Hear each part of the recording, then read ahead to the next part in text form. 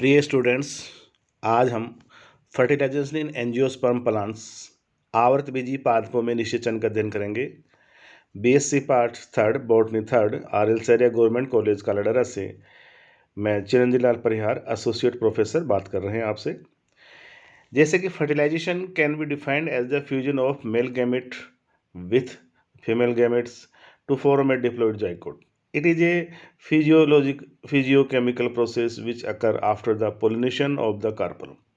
The complete series of the process take place in the zygote of the zygote to develop into a seed. अर्थात निषेचन है एक वह प्रक्रिया है, नर व मादा युग्मों के संलग्न की प्रक्रिया को निषेचन कहते हैं।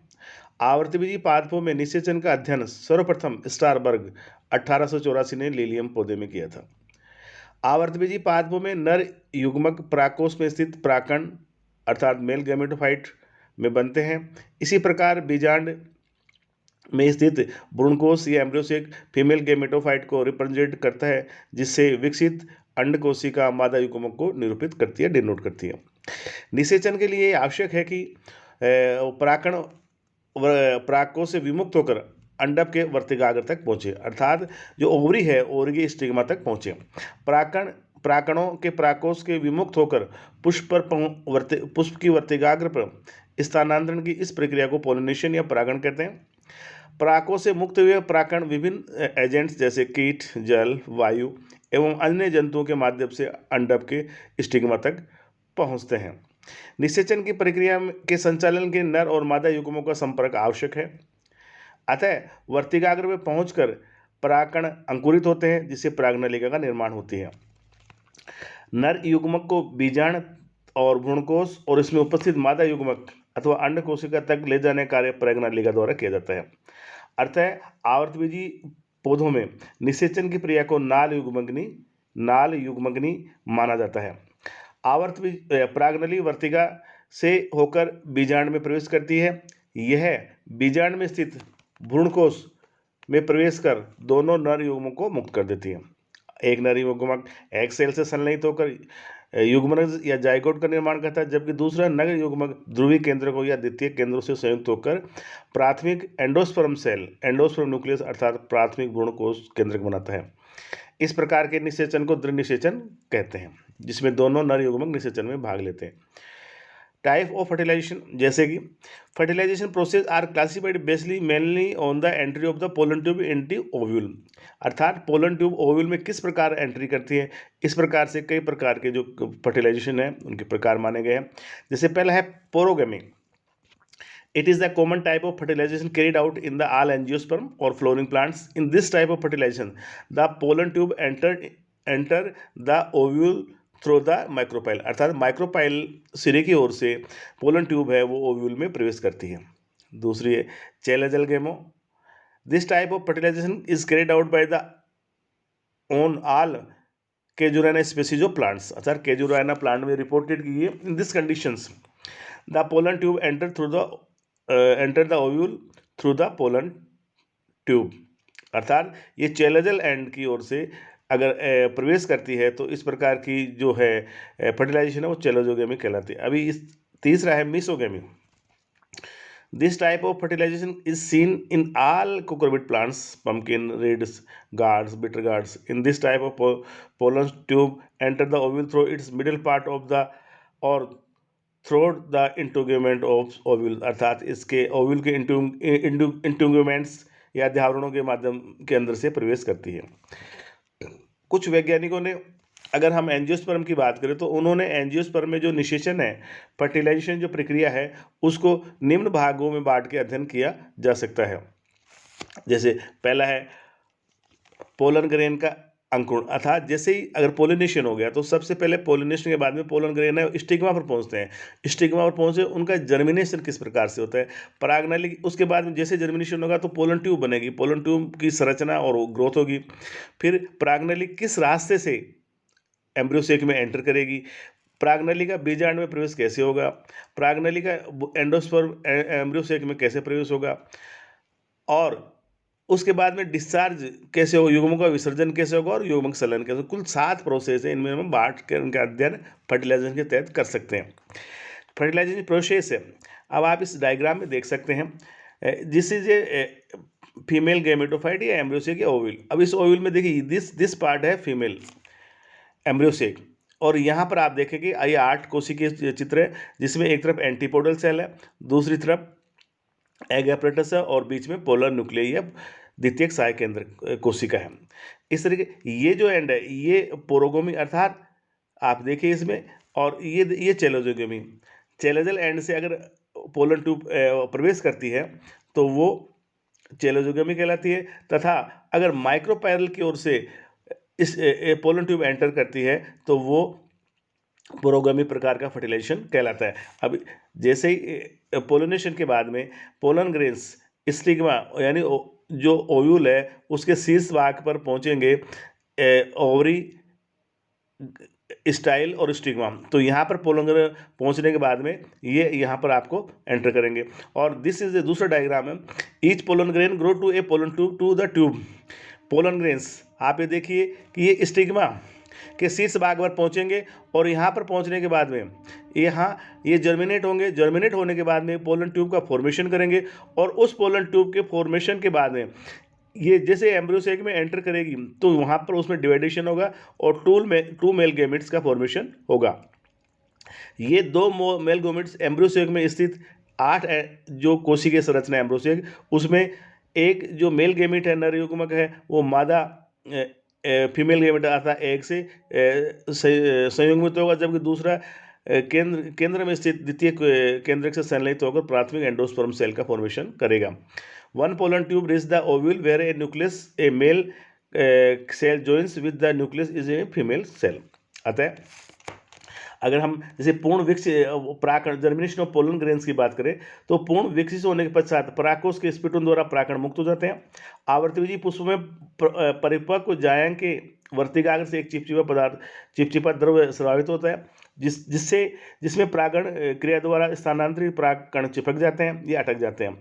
परागकण इस द्रव को अवशोषित करके फूल जाते हैं।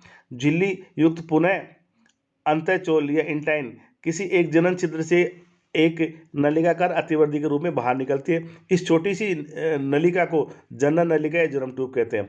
बाद में यही नलिका आगे चल करके पोलन ट्यूब बनाती है। परागकण कोशिका के विभाजन से निर्मित जनन कोशिका के द्वारा 2 नर युग्मों का निर्माण होता है।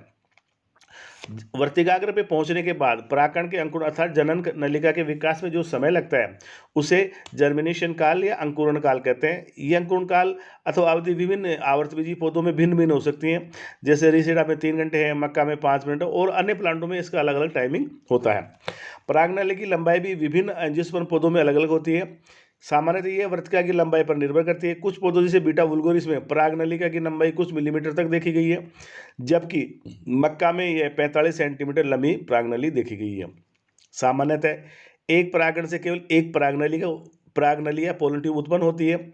इस प्रकार के परागण को एक नलिकीय कहते हैं, जबकि कुछ पौधों जैसे एल्थिया रोजिया में 10 तथा मालवा नेग्लेटा में 14 पोलन ट्यूब्स पाई जाती हैं।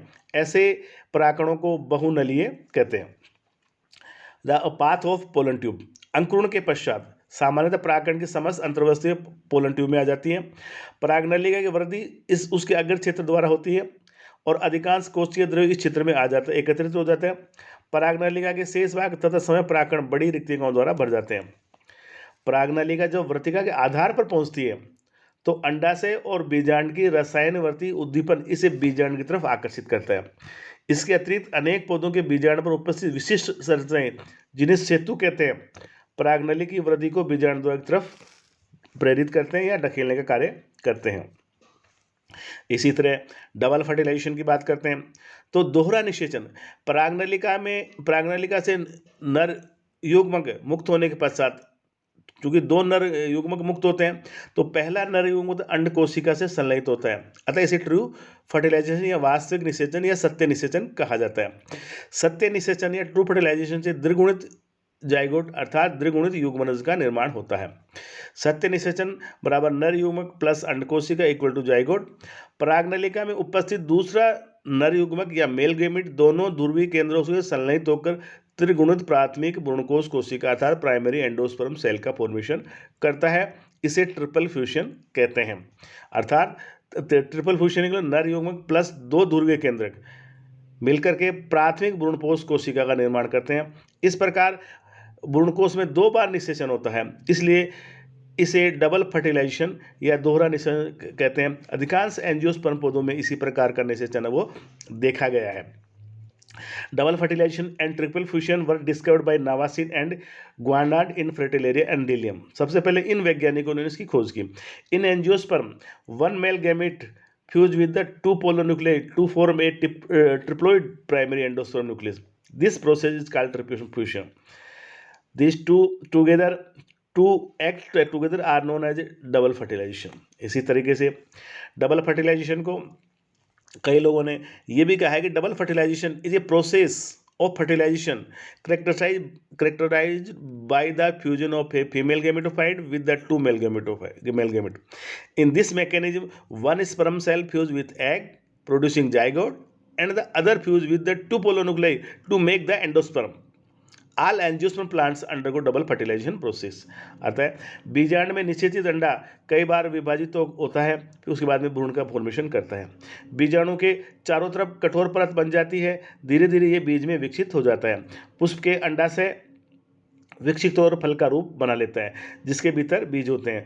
फूलों के अन्य हिस्से जैसे बाह्यदल है, पुंकेसर है, स्टिग्मा है, वर्तिका के सूख कर गिर जाते हैं।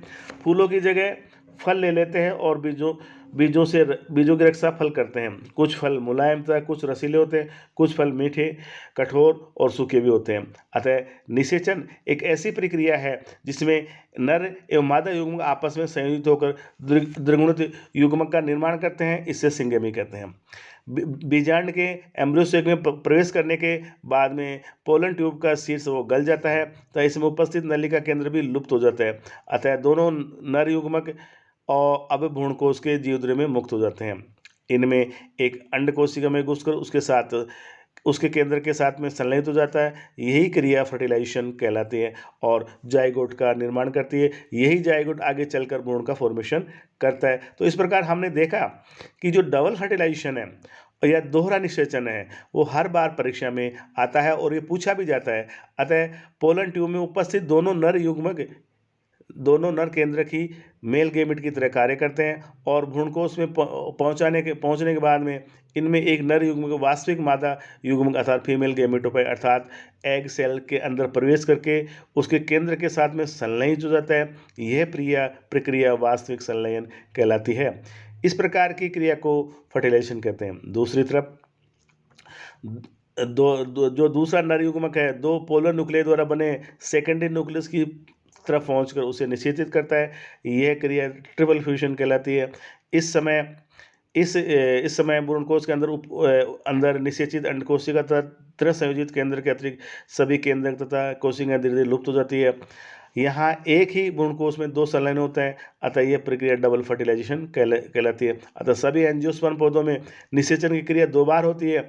अतः एंजियोस्पर्म पौधों में दोहरा निषेचन होने के कारण यह क्रिया डबल फर्टिलाइजेशन या द्विनिषेचन कहलाती है और इस क्रिया के फलस्वरूप एम्ब्रियोसेक में प्राय निम्नलिखित परिवर्तन दृष्टिगोचर होते हैं जब जाइगोट सीड बन जाता है।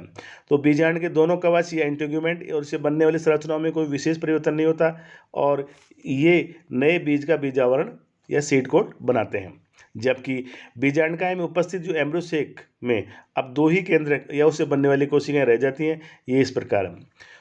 निषिक्तांड ऊष्पुर जो एक नर युग्मक केंद्रक तथा अंड कोशिका के फ्यूजन के फलस्वरूप बना है, आगे चलकर ये एम्ब्रियो का फॉर्मेशन बनाएगा। जबकि जो द्वितीय केंद्रक है 2n और एक मेल गेमेट के साथ के संलयन से बना है, अतः ये ट्रिप्लोइड होता है।